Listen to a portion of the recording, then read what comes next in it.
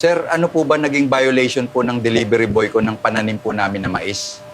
Overloading po yung sasakyan na ginamit. Magkano po ba mababayaran sa violation po na overloading, sir?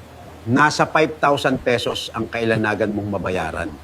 Pagkatapos po ba mabayaran, sir, marirelease na po ba pati yung mga harvest kong mais? Hindi na marirelease itong mga mais mo. Kumpiskado na.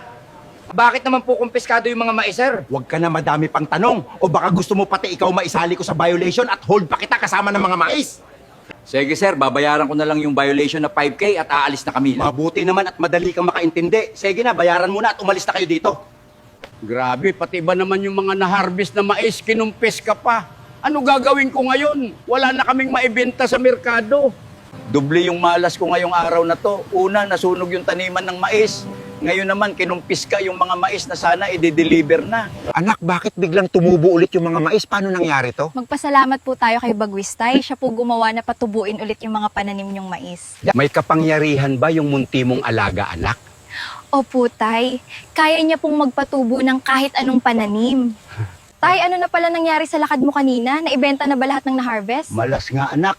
Kinumpes ka ng mga pulis, pati yung mga na-harvest na mais. Bakit naman nila kukumpeskahin yung mga mais? Parang hindi naman yung tama. Nagtaka nga ako, anak, kung bakit nagkaganon. Pero wala akong nagawa kundi iwan na lang dun yung mga mais. Sige lang, Tay. Huwag ka na malungkot. Tutulungan kita maghanap ng bibili ng mga mais natin doon. Maraming salamat, anak.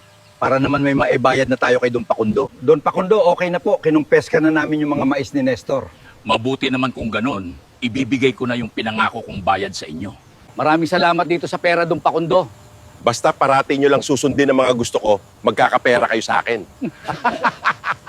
Bukas pupuntahan natin ulit si Nestor at baka nagbago na yung isip niya at gusto na niyang ibenta yung lupain niya dahil wala na siyang pera at taniman. Ano ka ngayon, Nestor? Gigipitin kita hanggang sa maibenta mo sa akin yung mga lupain mo.